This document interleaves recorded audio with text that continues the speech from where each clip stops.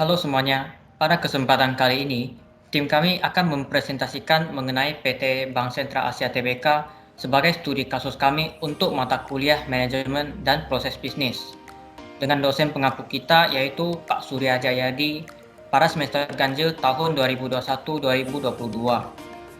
Sebelum itu, perkenalkan anggota tim kami yang terdiri dari Jackson, saya sendiri Handra Dermawan, Helen, Jonathan, dan Jeffrey. Pertama yang akan kita bahas yaitu good governance atau tata kelola perusahaan yang baik. Tata kelola yang diterapkan oleh BCA dapat dilihat secara jelas pada laporan tahunan 2021 BCA pada halaman 290 hingga 313. Mereka memiliki pedoman tata kelola yang diperbaharui dan disahkan melalui Surat Keputusan Direksi Nomor 168 SKDIR 2018 tanggal 24 Oktober 2018 tentang penyesuaian pedoman tata kelola perusahaan.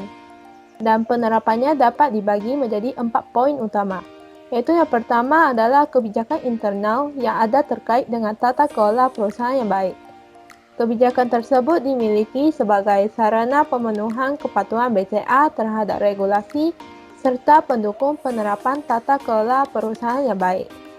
Beberapa contoh kebijakan yang diterapkan, dimulai dari kebijakan transaksi orang dalam atau insider trading, kebijakan benturan kepentingan, kebijakan penanganan keadaan darurat, kebijakan tata kelola teknologi informasi, kebijakan dividen, dan lain-lain dengan total sebanyak 9 kebijakan berdasarkan sumber kami.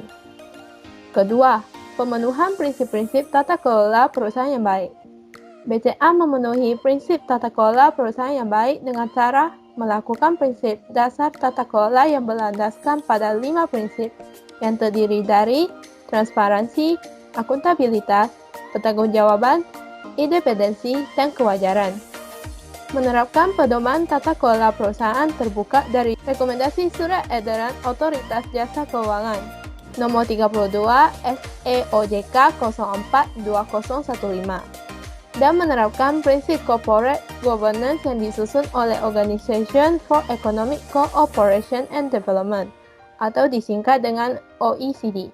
Selanjutnya, penerapan yang ketiga adalah internalisasi kepada seluruh jajaran pekerja BCA. Kegiatan internalisasi yang diimplementasi mencakup pernyataan komitmen penerapan tata kelola perusahaan yang baik, sosialisasi tata nilai BCA yang akan dijelaskan nanti, serta sosialisasi tata kelola perusahaan yang baik melalui komik dan e-learning. Dan yang terakhir adalah sosialisasi kode etik untuk mendorong nilai positif dan perilaku etis. Sosialisasi dilakukan melalui buku saku yang dibagikan untuk seluruh pekerja, certification, dan lain-lain. Kedua, yang akan kita bahas adalah struktur organisasi perusahaan dan fungsi. Struktur organisasi secara jelas dapat dilihat pada laporan tahunan 2021 BCA pada halaman 60 dan 61. Secara sederhana, RUPS mendapati posisi tertinggi di dalam organisasi. Di bawahnya terdapat Dewan Komisaris dan Direksi untuk membantu mengelola perseroan. Di bawah direksi dibagi lagi menjadi beberapa departemen yang dipimpin oleh Presiden Direktur untuk memenuhi berbagai jenis layanan, perusahaan anak, dan inovasi yang diterapkan oleh BCA. Secara fungsional, RUPS berfungsi untuk memberikan pelindungan dan pelaksanaan hak pemegang saham. RUPS juga merupakan pemegang kekuasaan tertinggi seperti yang dijelaskan tadi. Dewan Komisaris berfungsi untuk melakukan pengawasan terhadap direksi serta memastikan pelaksananya prinsip tata kelola perusahaan.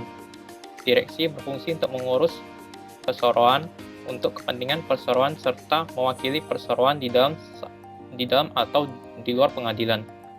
Sekretaris perusahaan berfungsi untuk memastikan BCA telah menerapkan tata kelola yang baik serta meningkatkan keterbukaan informasi dan komunikasi mengenai perusahaan kepada publik.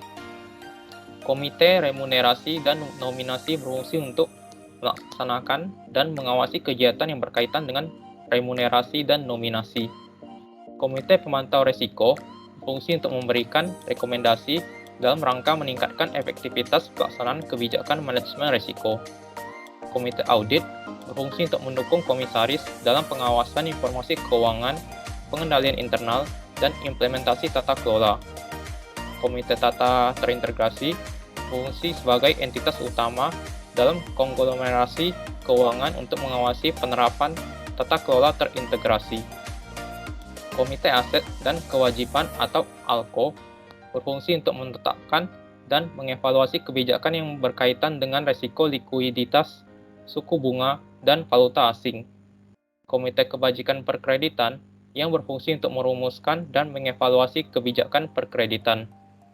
Komite Kredit berfungsi untuk mengevaluasi, memberi, dan menganalisis kredit sesuai dengan batas wewenang yang ditetapkan BCA.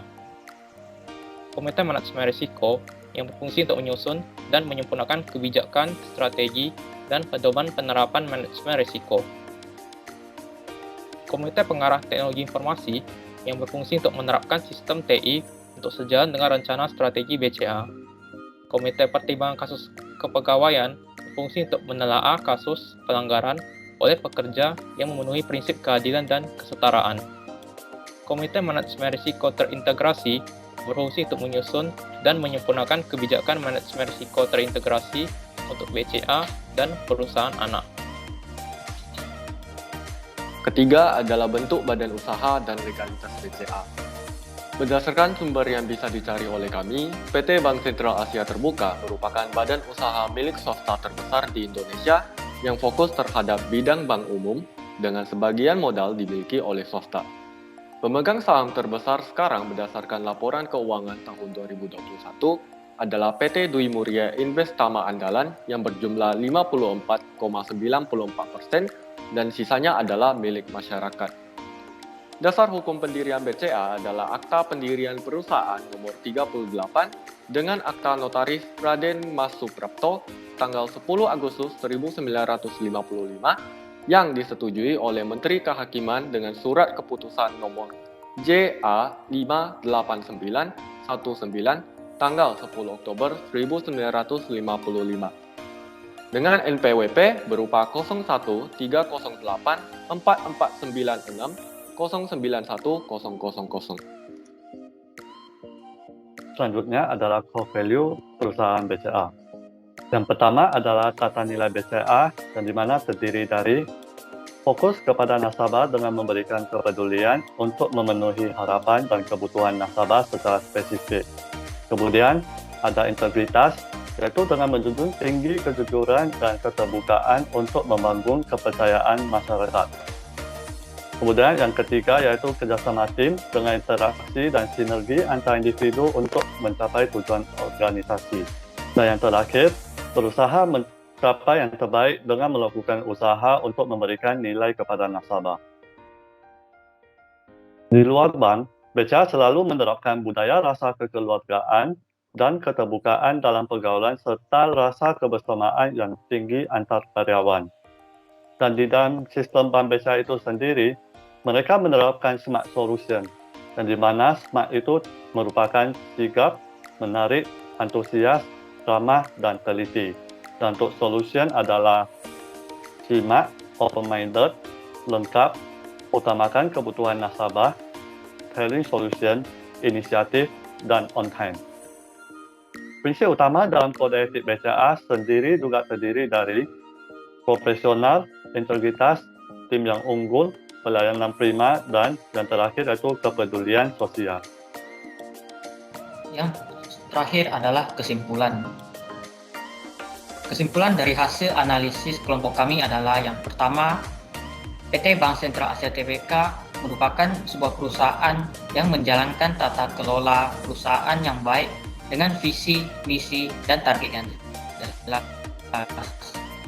Kemudian yang kedua yaitu PT Bank Sentral Asia Tbk ini mampu membangun kepercayaan nasabah melalui tata kelola yang telah dilaksanakan. Sekian dari hasil analisa studi kasus kami. Apabila terdapat kesalahan dalam materi dan perkataan, kami meminta maaf. Terima kasih dan sampai jumpa.